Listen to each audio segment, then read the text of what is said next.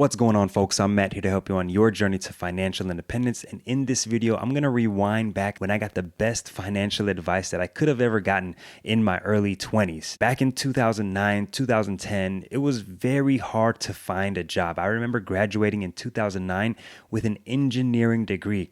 And people in my graduating class had a very hard time finding finding entry-level jobs that were related to our majors. And I was no exception. Fortunately, I found a job that, was manual labor that was paying about $11 an hour. The only thing was that it was a part-time job. I was actually working 18 hours a week, barely enough to cover some of the expenses that I had during that time, like a car that I just financed, student loans that were starting that I had to start paying in 6 months after graduating. These were some of the things that I was dealing with during that time, at a time where the economy was still in recovery mode in 2009. Now, I come from a family of refugees. My parents emigrated to the United States of America back in the early 80s. And, they worked hard, they became citizens, and they have continued to contribute to society. But now I'm learning that so much was missed when they came here in the 80s. So much is missed by so many people in this country, period,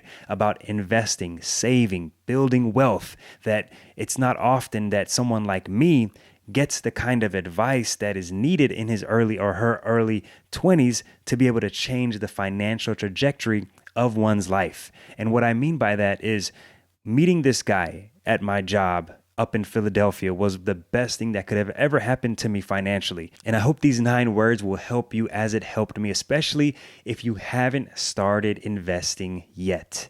And here are the 9 words that this guy told me 10 years ago.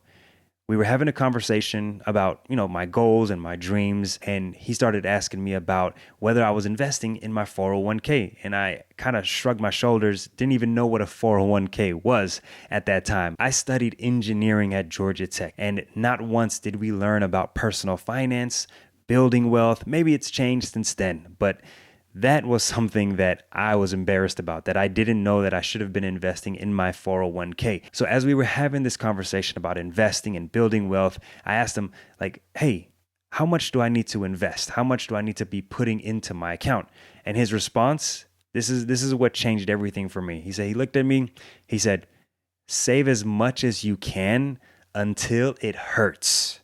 He said, save as much as you can until it hurts. These 9 words changed everything. And I look back because what to invest in, how to invest, what accounts to invest in, they weren't even really the topics of our conversation. That wasn't really something that we even discussed. And so basically what that meant was put as much as I could into my 401k, while at the same time paying my rent, making sure the lights are on, the gas is on, the heat is on, everything else is taken care of. But whatever was left over, whatever I could put into my 401k needed to go into my 401k. By far the best decision that I could have ever made in my 20s. And I think now I would not do anything differently. I would have done exactly what he told me to do, because it wasn't so much about choosing the right investment. Yeah, on this channel, I talk to you all about making sure that you're investing in low-cost, broad-based index funds. But what I want to tell you is don't worry about what investment that you're choosing, okay? As long as it's a low-cost, broad-based index fund,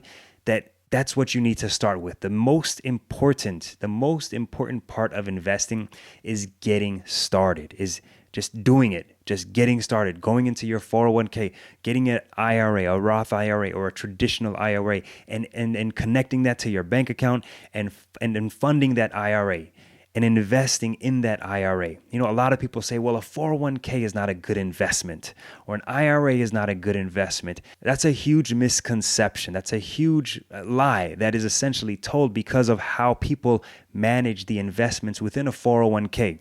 A 401k is just an account. It's not that a 401k is a bad investment. It's that whatever options you have in a 401k could potentially be a bad investment compared to other investments, especially if it's not a low-cost, broad-based index fund. Maybe it's a mutual fund that has high fees, an actively managed mutual fund that's going to charge you 1%, 2% on your returns on your account. And so whatever you're making, you're going to get charged an extra 1% or 2%. Yeah, that's going to take away from the overall potential gains that you're going to have in the long term. But in my 401k, my wife's 401k, and so many of my other friends' 401ks, they have access to low-cost broad-based index funds. Check with your employer. If you have access to a 401k, 403b, TSP, whatever employer-sponsored savings account that you have access to, fight to get low-cost broad-based index funds if you don't already have those available to you. One last thing that I think is really important is to track your net worth. If you can figure out what your assets are, what your liabilities are, subtract your liabilities from your assets, then you're going to see where your net worth is. And that's just a great visualization to see where you are right now and where you could potentially be 10, 20, 30, 40 years from now.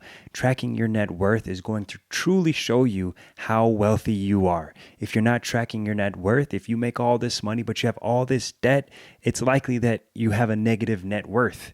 But that's okay, because if you can just get focused and start tackling the debt and start taking that net worth from a negative to a positive, then you're going to realize this is an important number that I should have been tracking this whole time since I was 20, 30, and so on and so forth. So track your net worth.